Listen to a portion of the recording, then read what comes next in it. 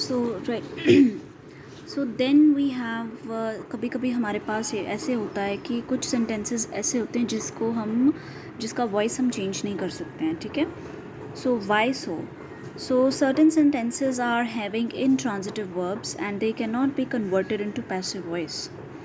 अब intransitive verbs कौन सी होती हैं? वो वाली verbs होती हैं ये which do not require an object in the sentence and can give a complete meaning. ऐसा सेंटेंस जिसमें हमारे पास में ऑब्जेक्ट नहीं होता है, मतलब जहाँ पर जो एक्शन है ना वो ट्रांसफ़र नहीं होता, right. It does not have any object, क्योंकि अगर ऑब्जेक्ट ही नहीं है तो आप किसको चेंज करोगे, किसको आप आगे लेके आओगे, किसको आप सब्जेक्ट को किसके प्लेस पे आप चेंज करोगे. Very simple.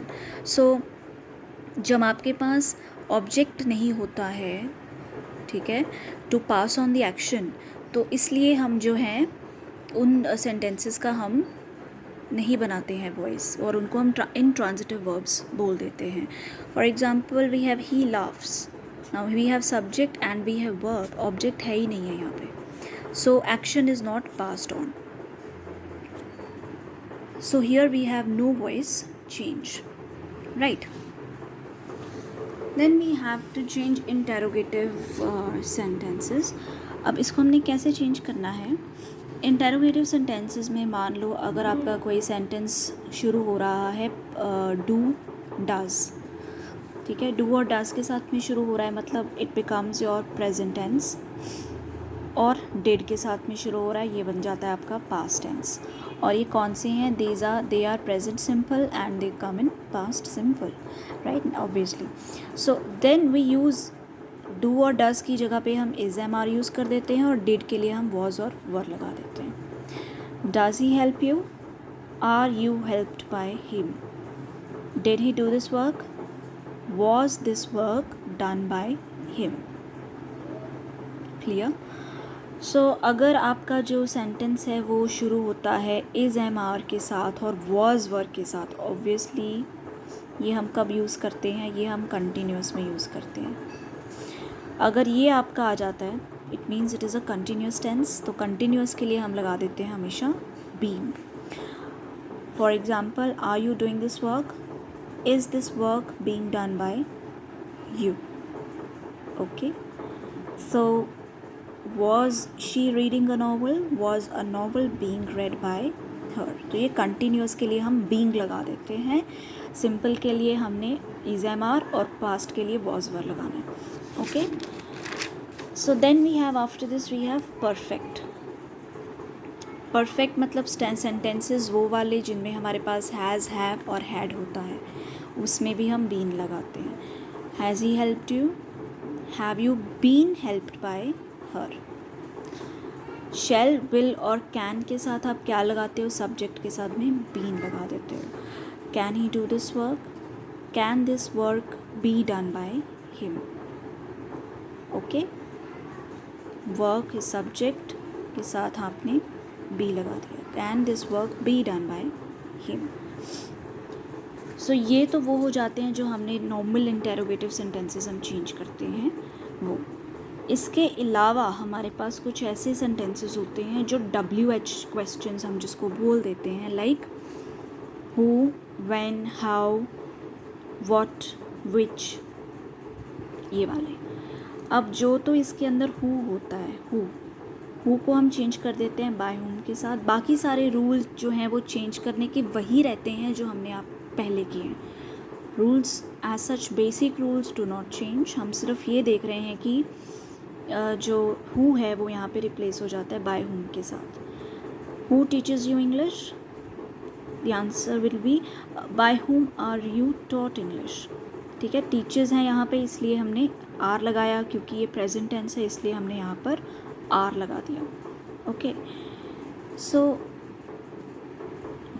और जो बाकी के व्हेन, व्हाट, हाउ, विच, ये जो होते हैं, अगर इनके साथ आपका कोई सेंटेंस शुरू होता है तो ये एज इट इज़ ही आएंगे. मतलब अगर सेंटेंस व्हेन के साथ शुरू हो रहा है तो व्हेन के साथ ही आप उसको पैसिव में चेंज करोगे. अगर व्हाट के साथ शुरू हो रहा है तो व्हाट ही रहने दोगे. हाउ का हाउ रहेगा, विच का विच ही रहेगा, और वो अपनी जगह पर ही रहेंगे. You will not change the position, right. For example, when did you do this work, right? when did you do this work, क्या बन जाएगा? when was this work done by you. was क्यों लगाया? क्योंकि यहाँ पर हमारे पास में did है. which book did you read, which book was read by you. अब यहाँ पर हमने was क्यों लगाया? क्योंकि ऊपर did है. so you have to keep your tense keep in mind while changing the passive tense. अगर आपका tense ठीक नहीं होगा तो subject object अगर आपने change कर भी दिया उसका कोई फ़ायदा नहीं है. so it is very important that you keep tenses in mind while you change it from active to passive, right? so tenses को हमेशा ध्यान से change करना है. basic rules आपके clear होने चाहिए. how did you write a letter, how was a letter written by you. okay, so कुछ situations ऐसी होती हैं जब हम at यूज़ कर देते हैं, with यूज़ करते हैं और to यूज़ करते हैं by की जगह पे. और वो कब होता है? at हम लगाते हैं जब हमें कोई expression देना है बहुत ही ज़्यादा सरप्राइज़ का, एस्टोनिशमेंट का, शॉकिंग है, अलार्मिंग है, राइट? ऐसी कोई फीलिंग एक्सप्रेस करनी है तो वहाँ पे हम बाय की जगह पे एट यूज़ करते हैं. For example, his condition alarmed me, I was alarmed at his condition, right? Me is always changed into I and vice versa. और नो हमेशा टू के साथ, मतलब हम नो के साथ हमेशा हम टू लगाते हैं. Known to, right? So I know him, he is known to मी.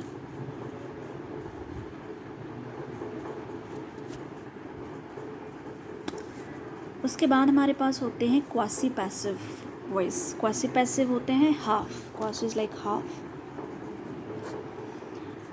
इसका मतलब ये होता है, कई बार हमारे पास ऐसे होते हैं वॉइस, ऐसे वाले होते हैं जिसमें हमारे पास सब्जेक्ट मेंशन ही नहीं किया होता. हमारे पास ये नहीं होता है कि जो काम है वो किसने किया, ठीक है? हिडन होता है.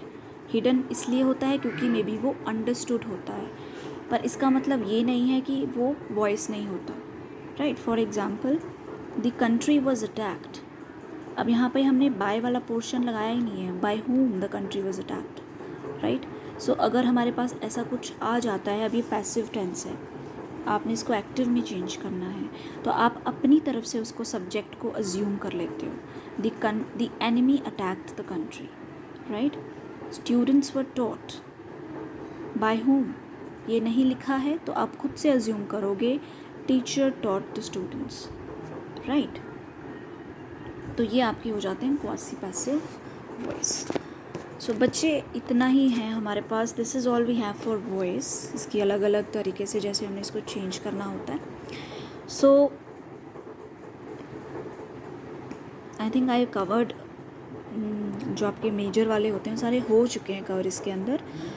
अब I think you must be having your old hand books with you. आपके पास होंगी, +1 की डेफिनेटली होंगी, है ना आप लोगों के पास. इफ़ यू हैव देम तो यू कैन डेफिनेटली